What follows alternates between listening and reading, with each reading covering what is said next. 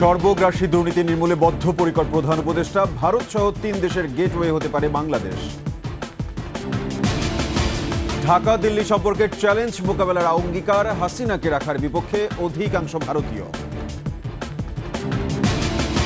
তেল নিয়ে তেলেসমাতি, রোজার আগেই বাজার থেকে উধাও সয়াবিন। শিক্ষকদের উপর লাঠিচার্জ, টিয়ারশেল, জলকামান, নিয়োগের দাবিতে অনড় থাকার ঘোষণা। বই মেলায় স্যানিটারি ন্যাপকিনের স্টল বন্ধ, মব আশঙ্কার চিঠি ঘুরছে সামাজিক যোগাযোগ মাধ্যমে।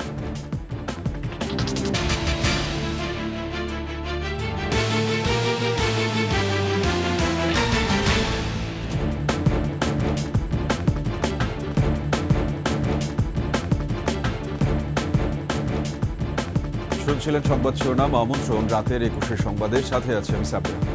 দর্শক, 21 টেলিভিশনের সংবাদ একই সাথে সরাসরি দেখতে পাবেন আমাদের ফেসবুক পেজ www.facebook.com/2124 অনলাইনে। এছাড়া সাবস্ক্রাইব করতে পারেন www.youtube.com/@21etv চ্যানেলে। এছাড়া সংবাদে আরও থাকছে, প্রযুক্তি নিয়ে ঘরবন্দি বেশিরভাগ শিশু, কমছে সামাজিক দক্ষতা, বাড়ছে মানসিক হতাশা।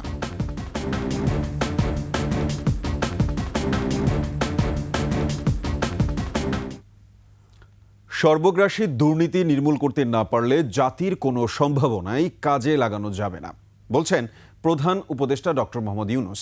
রোববার রাজধানীর চীন মৈত্রী সম্মেলন কেন্দ্রে বাংলাদেশ অ্যাডমিনিস্ট্রেটিভ সার্ভিস অ্যাসোসিয়েশনের অনুষ্ঠানে যোগ দিয়ে কথা বলেন তিনি।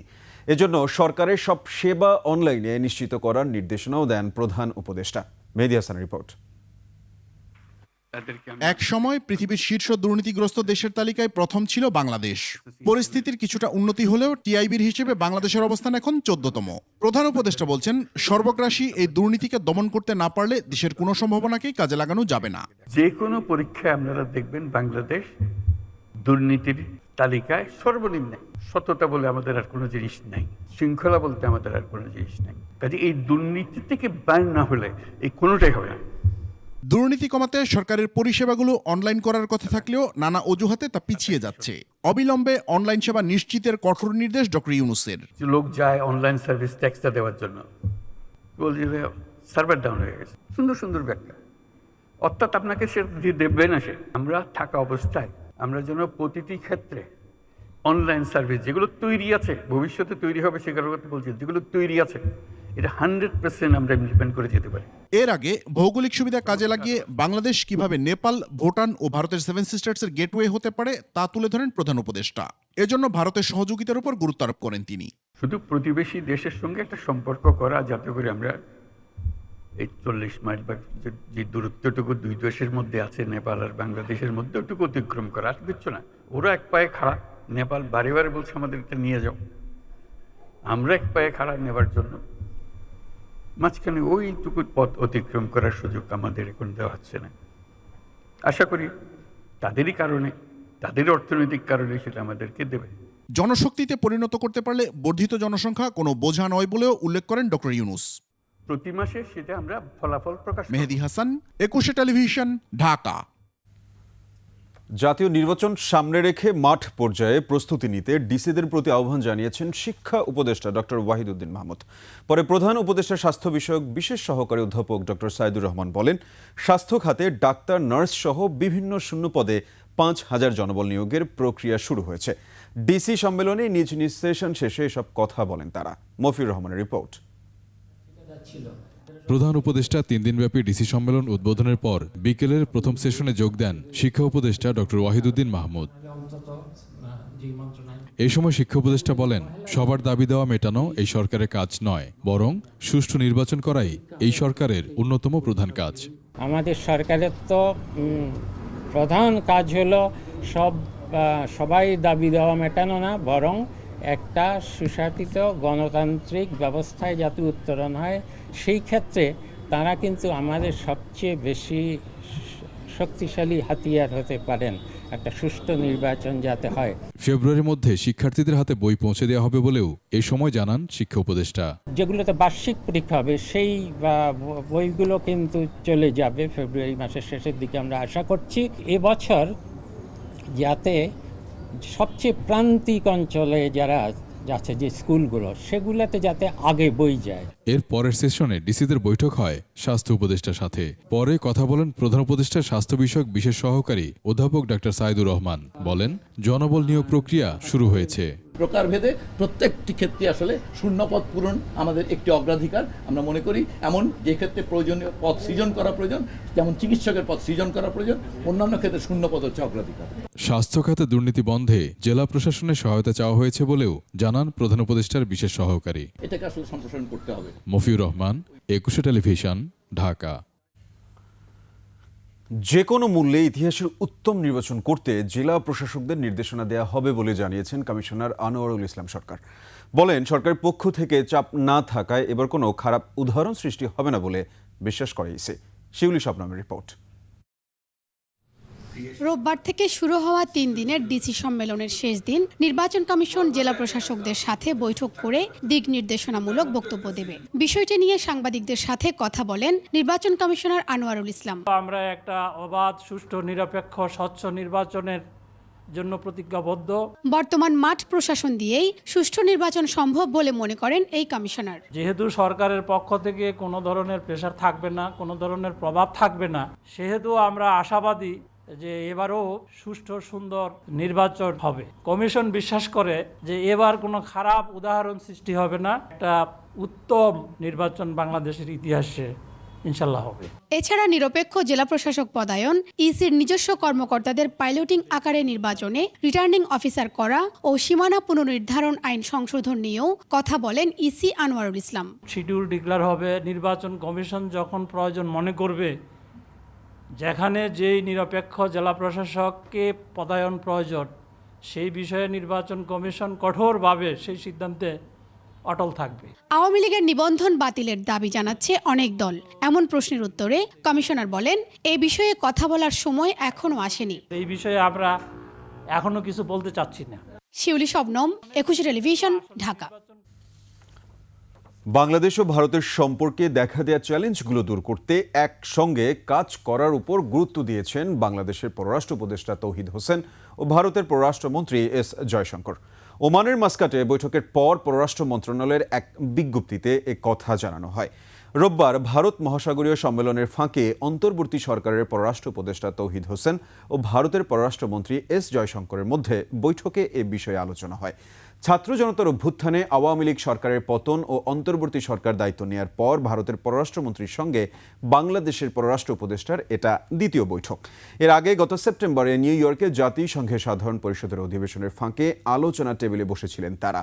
বৈঠকের পর ভারতের পররাষ্ট্রমন্ত্রী জয়শঙ্কর এক্সে একটি পোস্ট দেন। সেখানে তিনি দুজনের ছবি দিয়ে পররাষ্ট্র উপদেষ্টা তৌহিদ হোসেনের সঙ্গে সাক্ষাৎ, দ্বিপক্ষীয় সম্পর্ক ও বিমস্টেক নিয়েও আলোচনা হয়েছে বলে উল্লেখ করেন। বাংলাদেশের ক্ষমতাচ্যুত প্রধানমন্ত্রী শেখ হাসিনাকে মোদি সরকার ভারতে আশ্রয় দিলেও দেশটির 50% বেশি মানুষের অবস্থান এ সিদ্ধান্তের বিপক্ষে।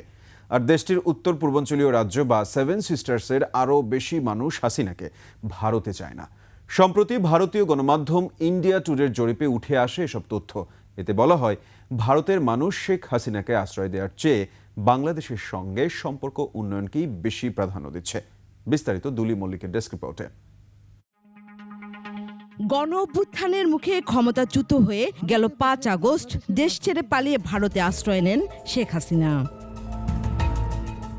ভারতের ক্ষমতাসীন নরেন্দ্র মোদীর সরকার তাকে আশ্রয় দিলেও দেশটির মানুষ আসলে বিষয়টিকে কিভাবে দেখছে, মোদী সরকারের সিদ্ধান্তের সঙ্গে আসলে কত মানুষ একমত, এমন প্রশ্নের উত্তর মিলেছে সম্প্রতি ভারতীয় গণমাধ্যম দ্য ইন্ডিয়া টুডের জরিপে। জরিপের ফল বলছে, শেখ হাসিনাকে ঘনিষ্ঠ মিত্র মনে করে আশ্রয় দেওয়াকে সঠিক মনে করছে 37.6% মানুষ। তবে এর বিপরীতে বাংলাদেশের সঙ্গে সম্পর্ক উন্নত করতে তাকে বাংলাদেশে প্রত্যর্পণ বা অন্য দেশে পাঠানোর পক্ষে মত দিয়েছেন 50.2% মানুষ। জরিপে মত দেয়া থেকে বিরত ছিলেন 12% মানুষ। আর দেশটির উত্তর পূর্ব রাজ্যগুলোর ক্ষেত্রে অন্তত 70% মানুষ শেখ হাসিনাকে ভারতে চায় না।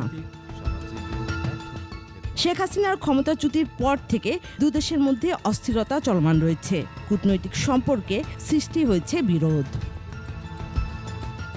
দুলি মল্লিক, ডেস্ক রিপোর্ট, 21 টেলিভিশন। স্বৈরাচার আওয়ামী লীগ দেশের অর্থনীতি, উন্নয়ন, নির্বাচনী ব্যবস্থা সব ধ্বংস করে গেছে বলে মন্তব্য করেছেন বিএনপির ভারপ্রাপ্ত চেয়ারম্যান তারেক রহমান। 31 দফা বাস্তবায়নের মাধ্যমে 15 বছরের ধ্বংসযজ্ঞ থেকে দেশকে পুনর্গঠন করারও আহ্বান জানান তিনি। নড়াইল প্রতিনিধি ফারুক খানের সহায়তায় আরও জানাচ্ছেন সমর ইসলাম। নড়াইল সরকারি উচ্চ বিদ্যালয় মাঠে জেলা বিএনপির দ্বিবার্ষিক সম্মেলন। সকাল থেকেই নেতাকর্মীরা জড়ো হন সম্মেলনস্থলে।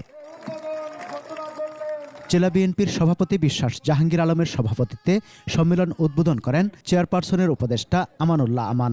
এই কাউন্সিল অনুষ্ঠিত হতে যাচ্ছে। পরে ভার্চুয়ালি যুক্ত হয়ে বক্তব্য দেন দলের ভারপ্রাপ্ত চেয়ারম্যান তারেক রহমান। বলেন, 31 দফার মাধ্যমে দেশ ও রাষ্ট্র কাঠামোকে মেরামত করতে হবে।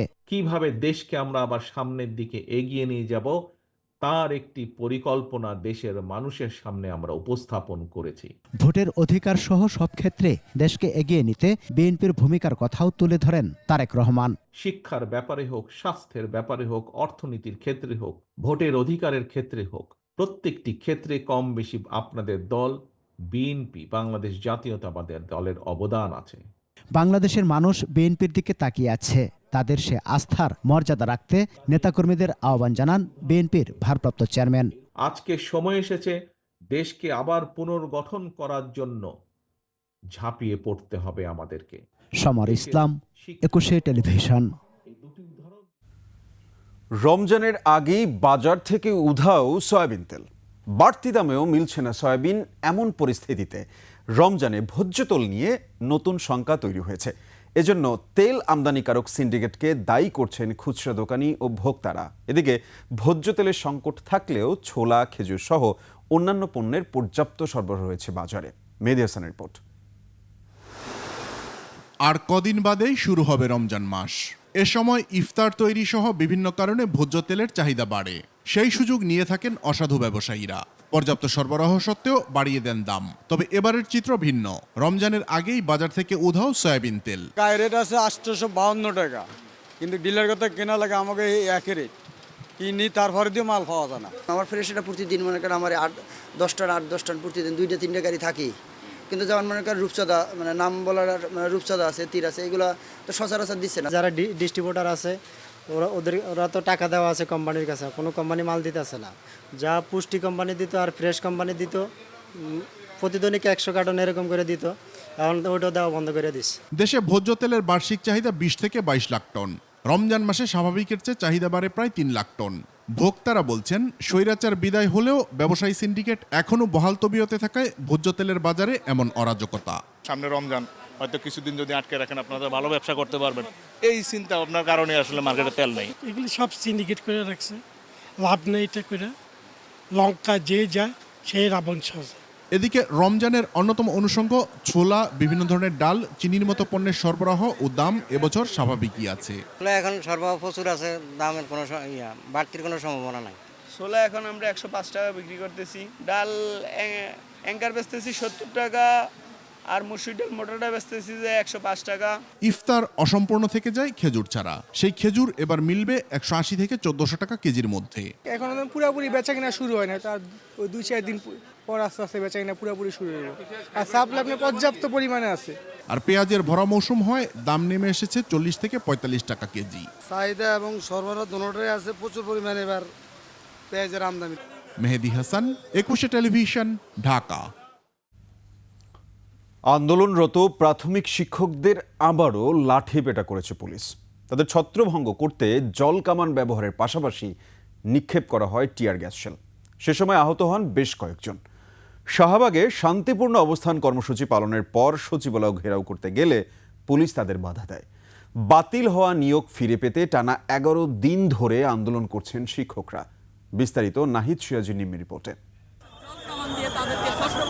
আন্দোলনরত শিক্ষকদের উপর এভাবেই জলকামান ব্যবহার করে পুলিশ। সচিবালয়ে যাওয়ার পথে শিক্ষা ভবনের সামনে অবস্থান নিলে পুলিশ তাদের ছত্রভঙ্গ করে দেয়।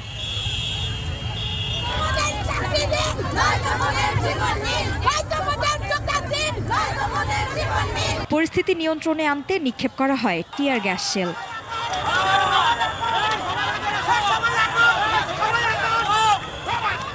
এক পর্যায়ে আন্দোলনরত শিক্ষকদের লাঠিপেটা করে পুলিশ। সে সময় আহত হন বেশ কয়েকজন।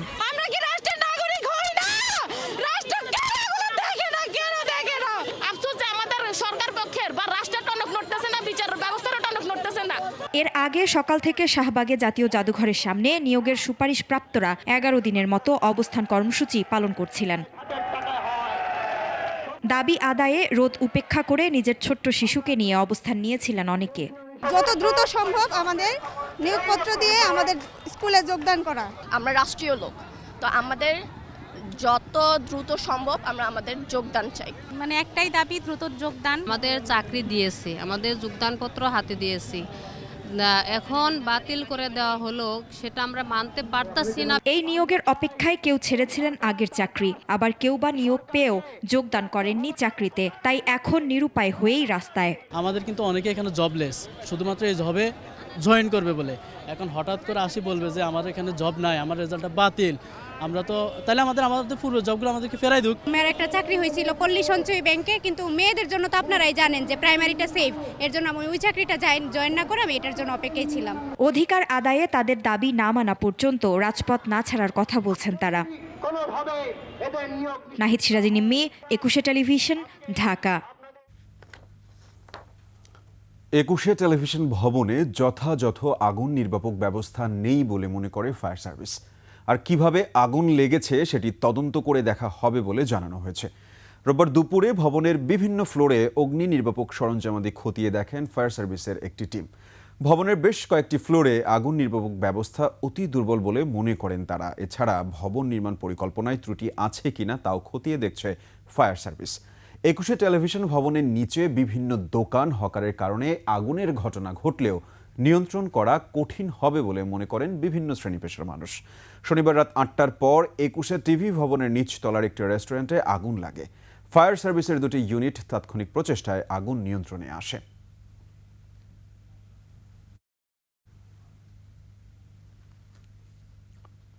অমর 21 বইমেলার খবর।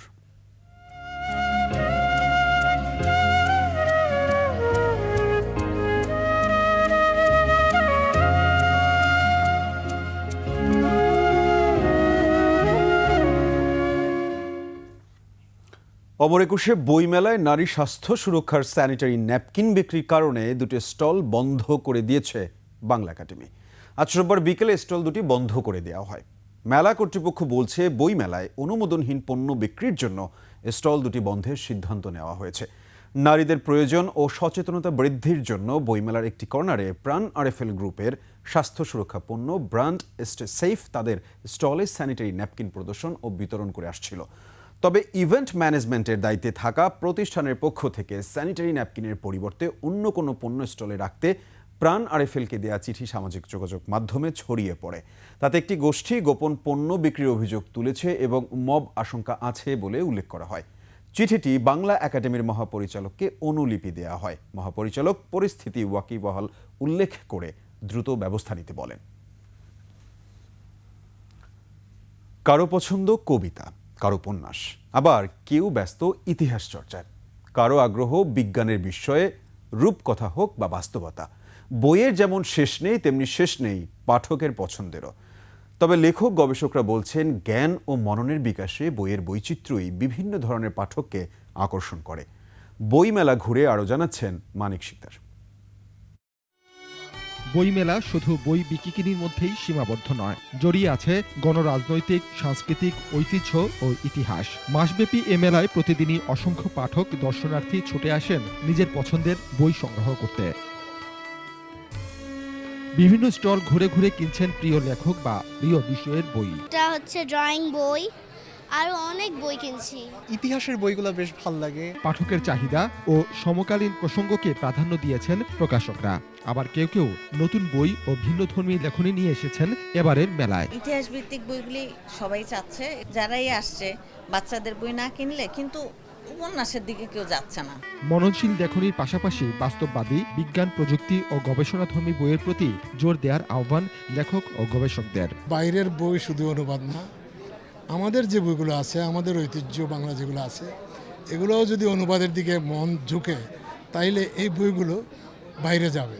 আমি তো আমার জন্য লিখি, তাহলে আমার এলাকার জন্য, আমার দেশের জন্য আমি কি লিখতেছি। এই যে মুন্সিগঞ্জের মেয়েলি গীত, এটাকে আমি মনে করি যে এটাই আমার শ্রেষ্ঠ কাজ। কল্পনার জগৎ সৃষ্টি না হলে আপনি বাস্তব জগতে কখনো সফল হতে পারবেন না।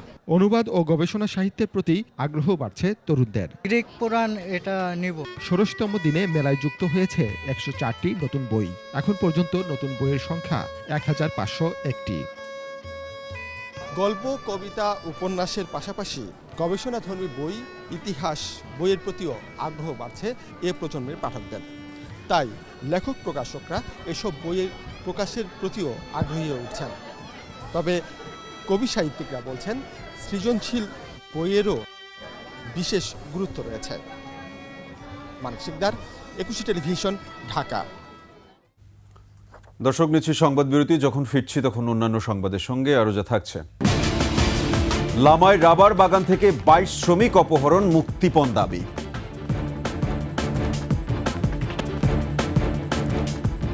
আমন্ত্রণ আবারও রাতের ২১ সংবাদে। বান্দরবানের লামা থেকে আবারও ২২ জন রাবার শ্রমিককে অপহরণ করে নিয়ে গেছে সন্ত্রাসীরা। রোববার ভোরে উপজেলার ফাঁসিয়াখালীর মুরংঝিরি পাড়া থেকে তাদের অপহরণ করা হয়। পুলিশ জানায়, দুর্গম মুরংঝিরি এলাকায় সন্ত্রাসীরা কয়েকটি রাবার বাগানে হামলা চালায়। এ সময় সন্ত্রাসীরা অস্ত্রের মুখে সেখান থেকে ২২ জনকে অপহরণ করে নিয়ে যায়।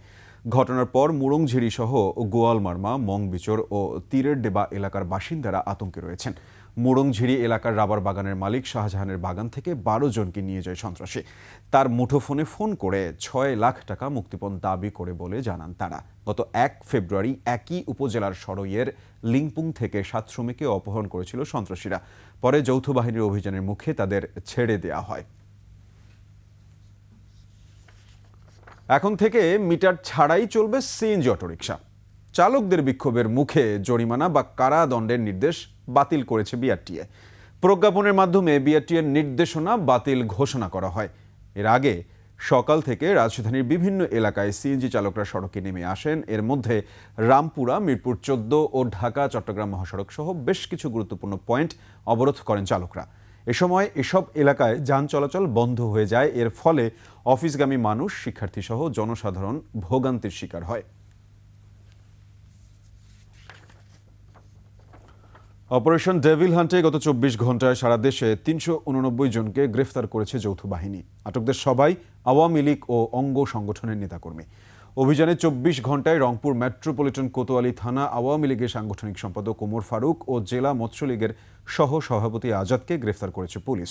তাদের বিরুদ্ধে বৈষম্য বিরোধী আন্দোলনে হামলা সহ বিভিন্ন ঘটনায় একাধিক মামলা রয়েছে।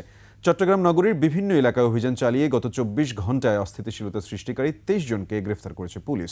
তাদের মধ্যে আওয়ামী লীগের নেতাকর্মীরা রয়েছেন। কুমিল্লার বিভিন্ন উপজেলায় অভিযান চালিয়ে গত ২৪ ঘন্টায় আরও ১৫ জনকে গ্রেফতার করা হয়। এ নিয়ে গেল ৭ দিনে জেলায় মোট ৬০ জনকে গ্রেফতার করেছে যৌথ বাহিনী। গাইবান্ধায় অপারেশন ডেভিল হান্টে গত ২৪ ঘন্টায় আটক হয়েছে ১ জন।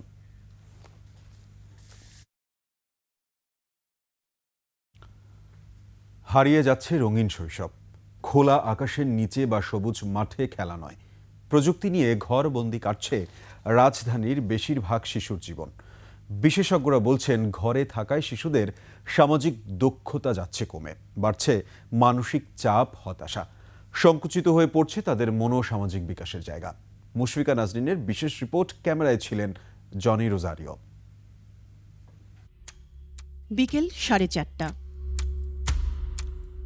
ছোট্ট রিদা ও রাইফার এখন মাঠে খেলার কথা, কিন্তু ওদের মোহাম্মদপুরে বাসার কাছে কোনো মাঠ নেই। ফলে দুবোনের বিকেলটা কাটে মন খারাপ করে বারান্দায়, কখনো বা মোবাইল ফোনে বা বই পড়ে। আমরা যখন নিচে যাই তখন আমরা খেলতে পারি না, তখন তো গাড়ি গুড়া থাকে, তখন তখন তখন তখন তো আমরা হচ্ছে যে খেলার জায়গায় পাই না। বাসার কাছে একটা মাঠ থাকলে আমরা প্রতিদিন ওখানে গিয়ে খেলতে পারতাম। শ্যামলীর আদাবরে থাকেন লিটু বিথি দম্পতি। 6 মাস হলো কানাডা থেকে এসেছেন তারা। তাদের 10 বছরের ছেলে জুমার বিরক্ত, সবসময় বাসায় থাকতে হয় বলে। আর এইখানে তো একদম কনজাস্টেড একটা পুরো সব জিনিস একটা বক্সের ভিতরে ঢুকানি এরকম। আসলে আমার কাছে লাগছে এই যে জাঙ্গল থাকে না, হিউম্যানিটির একটা জাঙ্গল আর কি। একসময় বিকেল হলে দল বেঁধে শিশুরা ছুটত খেলার মাঠে, গোল্লা ছুট, কানামাছি, দাঁড়িয়াবান্ধা, কত কি খেলতো তারা। নগরায়ন, জনসংখ্যা বৃদ্ধি ও অপরিকল্পিত স্থাপনার ফলে কমে গেছে খেলার মাঠ। বাংলাদেশ ইনস্টিটিউট অফ প্ল্যানার্স বিআইপির তথ্য মতে ঢাকার 2 সিটি কর্পোরেশনের আওতায় মাঠ আছে 235টি, কিন্তু জনসংখ্যার তুলনায় মাঠের প্রয়োজন 2400-র মতো। খেলতে না পারায় শিশুরা হয়ে পড়ছে গৃহবন্দী, আসক্ত হচ্ছে মোবাইল, ট্যাব, কম্পিউটার গেমের প্রতি। 18 বছর তো আসলে হয়নি, কিন্তু যেই জিমেল ওরা ইউজ করে সেই জিমেলটা 18 বছরের উপরে বয়সে সেট করা আছে। এটা দেখতে দেখতে ভালো লাগে, নেশা হয়ে গেছে। যুক্তরাষ্ট্রের Center for Disease Control and প্রিভেনশনের তথ্যে বাংলাদেশের 4 থেকে 17 বছর বয়সী প্রায় 60 লাখ শিশু কিশোর ডিজিটাল আসক্তিজনিত নানা রোগে ভুগছে। ফেসবুক, ইনস্টাগ্রাম, লিঙ্কডইন, টিকটক সহ সব সামাজিক যোগাযোগ মাধ্যমে তাদের উপস্থিতি সবচেয়ে বেশি। শিশুর স্মার্টফোন আসক্তির কিছু প্রধান কারণ: 85% মা বাবা সন্তানদের সময় কম দেন, 52% শিশু খেলার মাঠের অভাব, 42% শিশুর খেলার সঙ্গী নেই। এভাবে মাঠে খেলাধুলা করে না, যারা মোবাইল ব্যস্ত থাকে। সন্তানদের ডিজিটাল আসক্তিতে চিন্তিত অভিভাবকরাও। দৌড়াদৌড়ি, খেলাখেলিটা হলে যেটা পরিশ্রম হতো, শরীরে হতো, ওটা তো আর মোবাইল দেখে, টিভি দেখে হচ্ছে না। আরেকটা মানুষের সাথে কিভাবে কথা বলতে হয়, কিভাবে বাক্য বিনিময় করতে হয়, সৌহার্দ্যপূর্ণ সম্পর্ক তৈরি করতে হয়, এই জিনিসটা আসলে তারা শিখতে পারতেছে না। যতটুকু ক্লাসে থেকে তার চেয়ে মূল টাইম স্পেন্ড করে হলো আপনার ডিভাইসে। ওকে আমরা সময় দেই, কিন্তু তারপরে যেটা হয় যে ও ওই গেমের মধ্যে ঢুকে যায় বা টিভি দেখে, তো ওর কিন্তু চোখটাও খারাপ হলো এই জন্যই। মানসিক স্বাস্থ্য বিশেষজ্ঞ ডাক্তার হেলালুদ্দিন আহমেদ জানান, প্রতিদিনই বাড়ছে 3 বছরের শিশু থেকে 18 বছরের কিশোর রোগীর সংখ্যা। তার ভিডিও দিয়ে তাকে এক্সপোজ করা এবং সেই ভিডিও দিয়ে বাবা মা নিজেরা খানিকটা আনন্দ পাবেন, লাইক বেশি পাবেন, কমেন্ট বেশি পাবেন, শুধু এই আশাতে যখন শিশুকে তারা ব্যবহার করছেন, আমরা মনে করি সেটি শুধু তাদের এক ধরনের ভুল নয়, কোনো কোনো ক্ষেত্রে শিশু অধিকারের উপর একটি হস্তক্ষেপ। ঢাকা বিশ্ববিদ্যালয়ের চিকিৎসা মনোবিজ্ঞানের সহকারী অধ্যাপক জবিতা খাতুন জানান, শিশুবান্ধব সমাজ প্রয়োজন। তাকে আপনি মাঠে নিয়ে যাচ্ছেন না, তাকে বন্ধু বানাতে দিচ্ছেন না, তাকে শুধু পড়াশোনা করাচ্ছেন, তাহলে কি হবে? এই বাচ্চাটা আপাতত দেখলে মনে হবে যে ভালোভাবে বেড়ে উঠছে, একটু পরেই বুঝতে পারবেন যে একটা অসুস্থ, বিশেষ করে মানসিক এবং শারীরিকভাবে অসুস্থ একটা মানুষ তৈরি হলো। তার মতে, শিশুর মানসিক শারীরিক বিকাশে সামাজিক যোগাযোগ মাধ্যমের কিছু জায়গা এখনই কঠোরভাবে নিয়ন্ত্রণ করা দরকার। বাবা মাকে দেখতে হবে কি ব্যবহার করছে। মুশফিকা নাজনীন, 21 টেলিভিশন, ঢাকা। ফেব্রুয়ারির মধ্যেই প্রাথমিকের সব শিক্ষার্থীর হাতে পৌঁছে যাবে সব বই, এ কথা জানিয়ে প্রাথমিক ও গণশিক্ষা উপদেষ্টা ডাক্তার বিধান রঞ্জন রায় পোদ্দার বলেছেন, আগামীর বিশ্বের চ্যালেঞ্জ মোকাবেলায় মানসম্মত শিক্ষা ব্যবস্থা গড়ে তোলাই মূল লক্ষ্য। কোনো এজেন্ডা বাস্তবায়ন নয়, দেশের ভালোর জন্যই কাজ করতে চান এই উপদেষ্টা। 21 টেলিভিশনের সাথে আলাপনের বিস্তারিত জানাচ্ছেন প্রণব চক্রবর্তী, ক্যামেরায় ছিলেন ফারুক হোসেন তানভীর। প্রাথমিকে বছরের শুরুতে নতুন বই পেয়েছিল প্রথম থেকে তৃতীয় শ্রেণীর শিক্ষার্থীরা। নতুন বই না পেয়ে হতাশায় পড়েছিল অন্য শ্রেণীর শিক্ষার্থীরা। তাদের জন্য সুখবর দিয়ে প্রাথমিক ও গণশিক্ষা উপদেষ্টা বললেন, বই ছাপার ক্ষেত্রে জটিলতা কেটেছে। প্রাথমিকে সব শ্রেণীর বই ফেব্রুয়ারির মধ্যেই পাবে শিক্ষার্থীরা। আমাদের গণঅভ্যুত্থানের পরে যখন প্রসঙ্গ আসতো বইগুলো রিভাইজ করা প্রয়োজন, আমাদের যে কারিকুলাম চলছিল আমরা সেখান থেকে থাকবো না, আমরা অন্য আগের কারিকুলামে চলে যাব, তখন কিন্তু এই সব প্রক্রিয়াটা হল্ট হয়ে গেল প্রথমে। তারপরে আসলো বইগুলো পরিমার্জনের প্রসঙ্গ, এতে একটা সময় লাগলো, তারপরে এটা ছাপতে দিতে হবে। এনসিটিভি তো বই তৈরি করে, তাদের হিসাবে হচ্ছে আমাদের 4-5 বইয়ের 75% তারা সাপ্লাই দিয়ে দিচ্ছে, ফলে এইটা এই মাসের মধ্যেই কমপ্লিট হয়ে যাবে। পড়ালেখায় শিক্ষার্থীদের আগ্রহ বাড়াতে নানা উদ্যোগ নিয়েছে মন্ত্রণালয়। আগামী 5 বছরের মধ্যে দেশের সব প্রাথমিক বিদ্যালয়ে মিড ডে মিল চালু করার যে প্রক্রিয়া, তা শুরু হচ্ছে 150টি উপজেলায়। আশা করি এটা পাস হবে এবং তারপরে আমরা চালু করতে পারবো মিড ডে মিল। প্রথম ফেজে আমার কার্যক্রমটা শিশু কতটুকু শিখলো তার উপর ভিত্তি করে আমার ইন্ডিকেটর।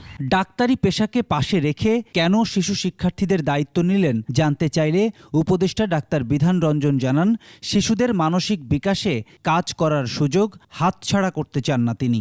একটা শিশুর বেড়ে ওঠা, তার মনোজগৎ, এটা কিন্তু আমার মানে পড়াশোনার বিষয় ওই সাইকিয়াট্রিস্ট হিসাবে যদি উদ্যোগগুলো মানে সত্যি আমাদের শিশুদের জন্য ভালো প্রমাণিত হয়, আমি আশা করব যারা ভবিষ্যতে আসবেন তারা এটাকে অব্যাহত রাখবেন। সমস্যা যতই হোক সব প্রতিকূলতা এড়িয়ে দৃঢ় চিত্তে জাতীয় পরিকল্পনায় এগিয়ে যেতে চান প্রাথমিক ও গণশিক্ষা উপদেষ্টা। কারণ আমি এখানে এসেছি এবং এর বাইরে আমার কোনো এজেন্ডা নাই। প্রণব চক্রবর্তী, 21 টেলিভিশন, ঢাকা। এবার বাণিজ্য সংবাদ।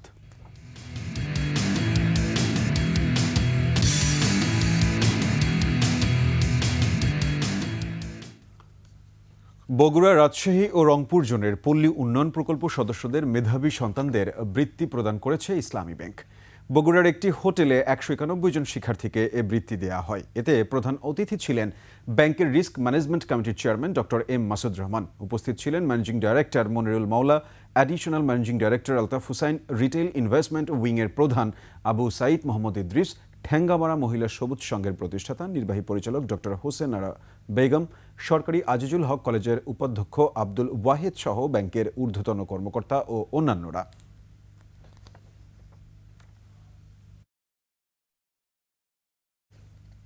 এরই সাথে শেষ করছি রাতের 21 সংবাদ। যাবার আগে সংবাদ শিরোনামগুলো আরও একবার। সর্বগ্রাসী দুর্নীতি নির্মূলে বদ্ধপরিকর প্রধান উপদেষ্টা, ভারত সহ 3 দেশের গেটওয়ে হতে পারে বাংলাদেশ। ঢাকা দিল্লি সম্পর্কের চ্যালেঞ্জ মোকাবেলার অঙ্গীকার, হাসিনাকে রাখার বিপক্ষে অধিকাংশ ভারতীয়। তেল নিয়ে তেলেসমাতি, রোজার আগেই বাজার থেকে উধাও সয়াবিন। শিক্ষকদের উপর লাঠিচার্জ, টিয়ার শেল, জলকামান, নিয়োগের দাবিতে অনড় থাকার ঘোষণা। বইমেলায় স্যানিটারি ন্যাপকিনের স্টল বন্ধ, মব আশঙ্কার চিঠি ঘুরছে সামাজিক মাধ্যমে।